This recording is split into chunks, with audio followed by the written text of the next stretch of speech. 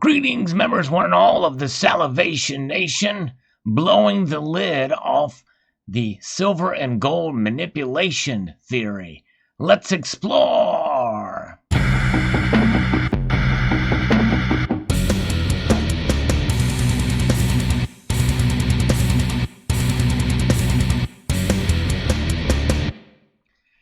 Recently had an exchange with a member of the community who don't recognize the name, but they say they stopped watching me because of my views on manipulation. And they say, well, this big fine that JP Morgan is paying is proof that this thing is bigger than just this short-term manipulation that I had been discussing, and how it's not really that big of a deal. I've had other members of the community, several, that have completely stopped watching me, are very upset with me, and basically call me a part of the cabal. That I'm somehow a part of the criminal enterprise because I don't recognize fully this manipulation. Well, I'm about to blow the lid off of that, and I know this is an unpopular view to hold within the community, but I believe in being realistic. And I think it accounts to some logic. And because it's gotten to the point where people are accusing me of being essentially a patsy for the big banks out there. And that's just a little bit beyond the pale. But nonetheless, I think this article coming from Kitco, who, by the way, Kitco is a precious metals dealer. I know people have problems with Kitco, but they do show from different sides, different points of view, and they've had some people that are really out there in their commentary. But nonetheless, they're pretty widespread. And this one kind of surprised me. I thought this was a very interesting article, and I think they really say this better than I could. Before I'll preface it by saying that, yes, I understand there is manipulation. It's proven. With spoofing, especially, that they've been talking about lately, with the RICO statutes being utilized in the Justice Department. But I'm sure there's other areas, and as I've seen, just like with silver and gold, many other commodities are also manipulated to a degree. And so when you think about it, yes, there is manipulation that happens when the price moves up and down. You've heard me talk about that before. But you will be surprised at how many people come on my channel as if they've never heard me mention a word about it. And they're like, well, they just completely dismiss the price movement one way or the other and blame it on manipulation. The bankers are in control of it. But when you think about it logically, it just doesn't make sense. And there's really no evidence to back it up, even after all the stories that I've posted about it. Because I like to post stories about this, talk about it. But in many ways, I think that's part of the reason why my channel doesn't grow as fast as some other channels out there, because I don't, fall into that mindset of this big scheme that's been going on and conspiracy that the bankers are doing. But when they do wrong, I cover it and I talk about it and I condemn it to the fullest extent. In fact, I think they deserve jail time as well as the fines. And I think there's a miscarriage of justice, especially with this big case that I covered recently. And I'll link to that at the end screen of this video. And you'll listen, especially at the very end, what I talk about, what should happen to these folks. But as we see here, Keith Weiner from this commentary piece here, JP Morgan Manipulates, and is native here for today, talks about while the silver price was dropping recently, they published some analysis, and at the time they saw a basis that fell with the price, but which recovered during off days.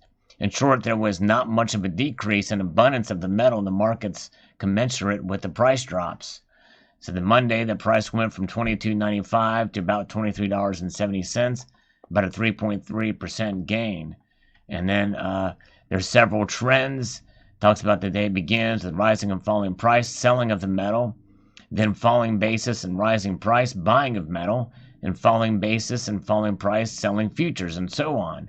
At the end of the day, the price is up almost $1, and the basis is up from 1.6 to 2%. This day, futures buyers pushed up the price, but they did not do all the heavy lifting. They had some help from metal buyers. The basis is much higher now than it was last week when the price was $1 higher, but not different from when the price was the same last week. This suggests the real fundamentals are not so different. So in other words, natural market forces, as you've heard me talk about many times. So then we talk about JP Morgan manipulating. One can hardly read the alternative financial press or gold sites without coming across articles that claim gold and silver manipulation is proven. It's allegedly no longer just a conspiracy because now we know that, well, something. So let's look at what we know. We know that JP Morgan is going to pay a hefty fine, $920 million, to government regulators.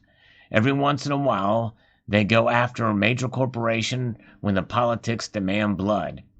If we had a penny for every time a corporation was forced to pay a fine for an act it did not commit, we could buy a lot of gold with it.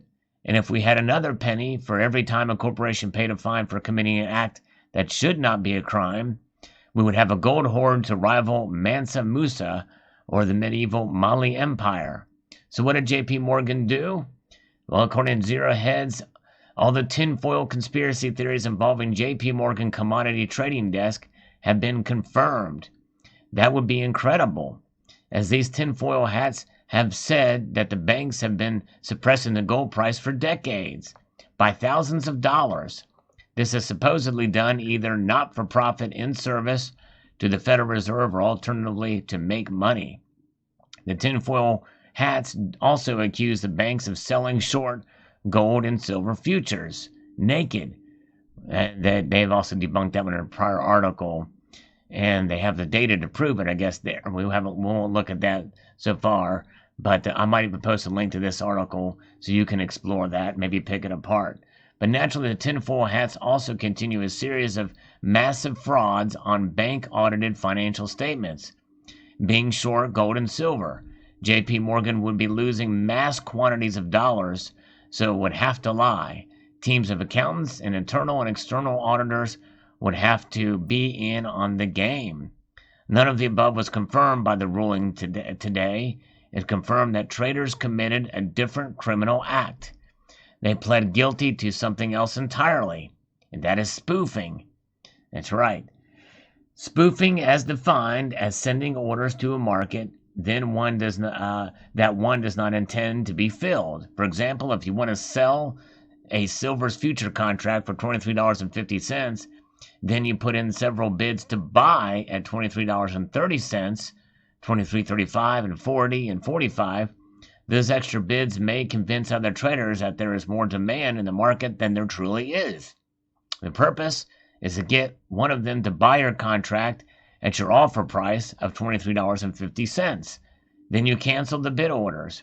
There is, of course, a risk that sellers could take your bids at any time if your goal was to sell silver at $23.50. Then you're probably not happy that you just bought more at $23.45.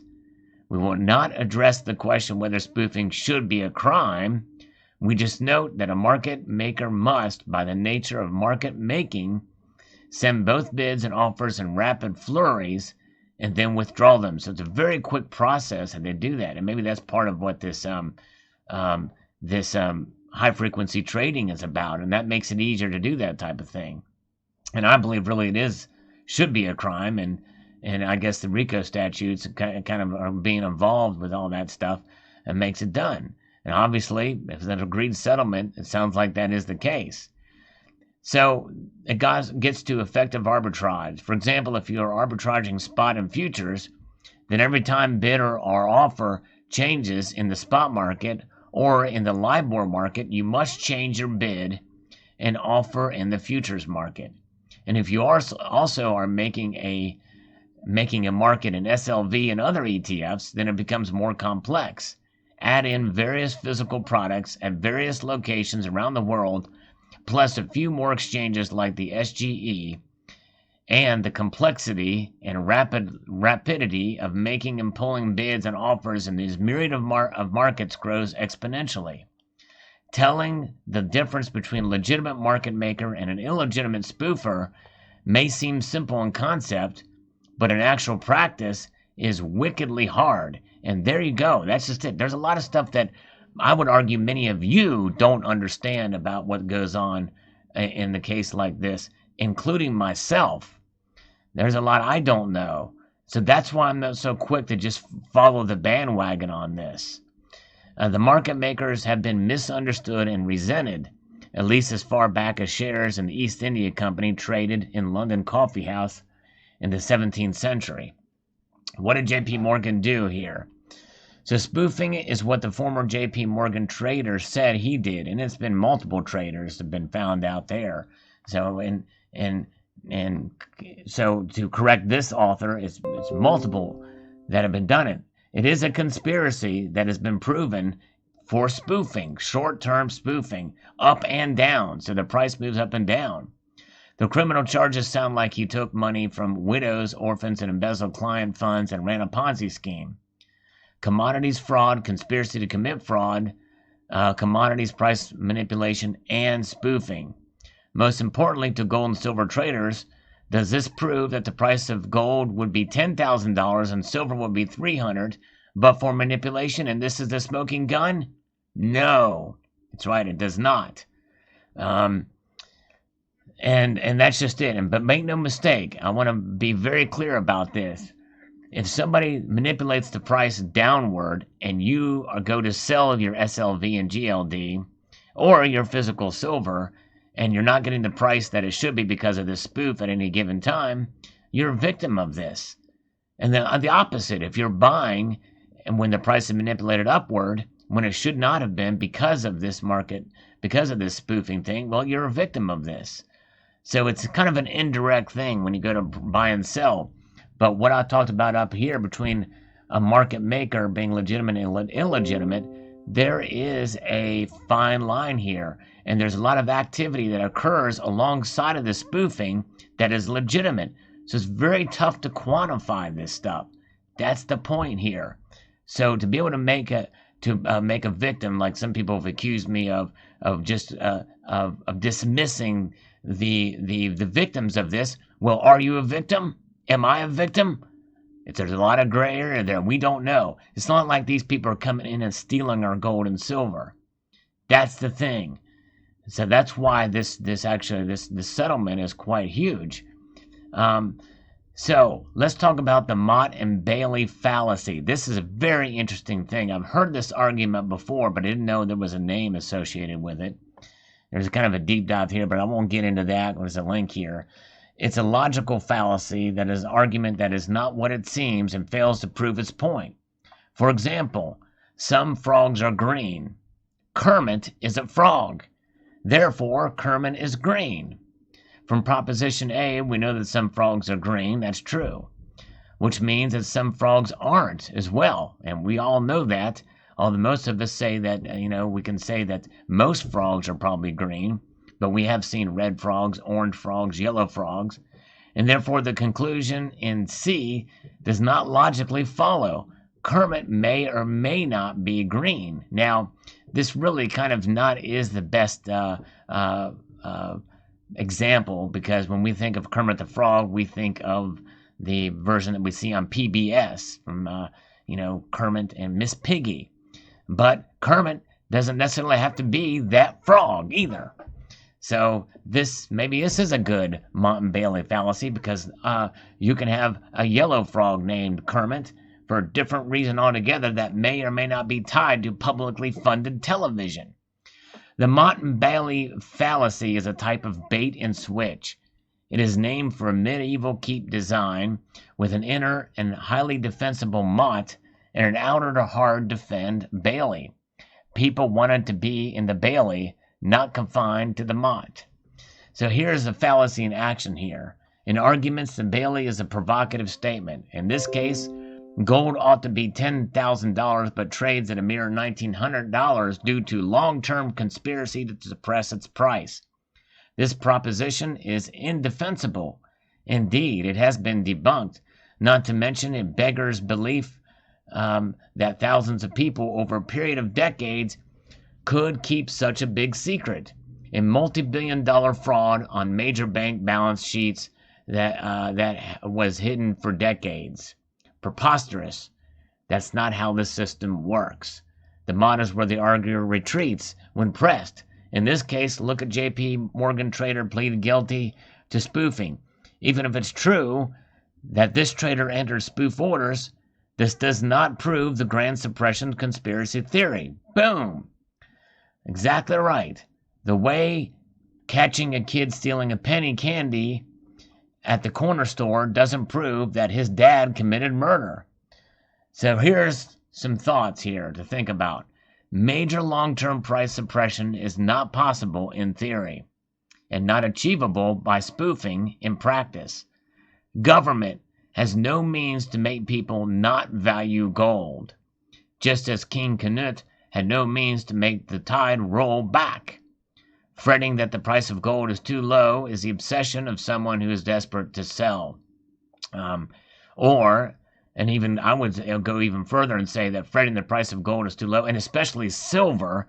This really holds true for silver, because I think this kind of argument is used much more for silver pumpers out there, and that is this theory that the price is too low because the big banks and the big cabal, I guess we'll call it, this grand conspiracy to suppress the price of silver is low, is someone who is desperate to for their own interest to keep the price high, to validate their own arguments. They don't need to do that.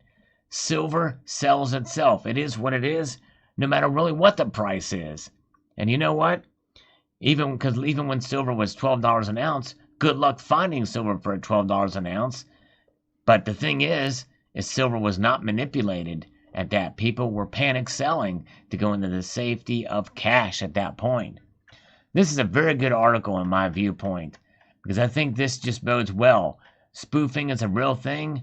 Manipulation in that regard, in other areas that I've covered on this channel, I believe are real. And I think it proves my theory in fact, really, that there is price manipulation on a smaller scale. There's not some grand conspiracy.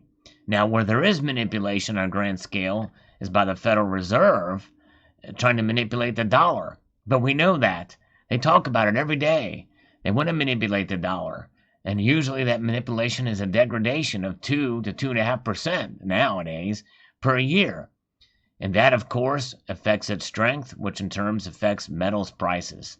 So if you want to blame somebody, blame the Federal Reserve, and we all do, they're an easy patsy. But you know what? It's definitely more valid than these banks. Now, banks are out for their own self-interest. I have no reason to defend the banks. In my opinions are based off of my observations. I'm not paid by the banks. I'm not, but people will accuse me of that, and people will say, well, hey, they'll find something. I've been accused of it already.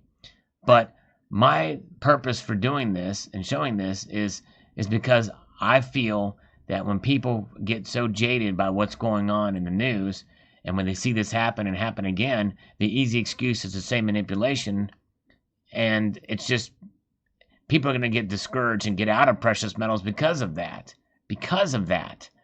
And I don't want that to happen. I want more people to get involved in precious metals. And that's why I believe that silver and gold sell themselves. They don't need all this commentary, even my commentary. But I want to try to provide some education here, and as well with this, and provide that balanced point of view. So there you have it. Post your thoughts below. This video will definitely probably get a lot of dislikes. Prepare for it. But you know what? Sometimes that's going to happen when you try to speak something that goes against the grain of what the majority feels in the community.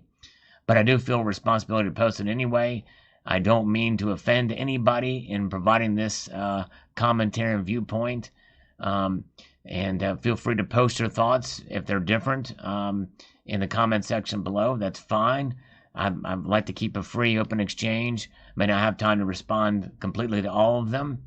I'm sorry if I've lost a few friends over this. The one guy, and I'm not going to mention his name, I thought for sure, I was really shocked at what he accused me of. And there's actually two people that are very much regular viewers of the channel that I was really surprised at what they said.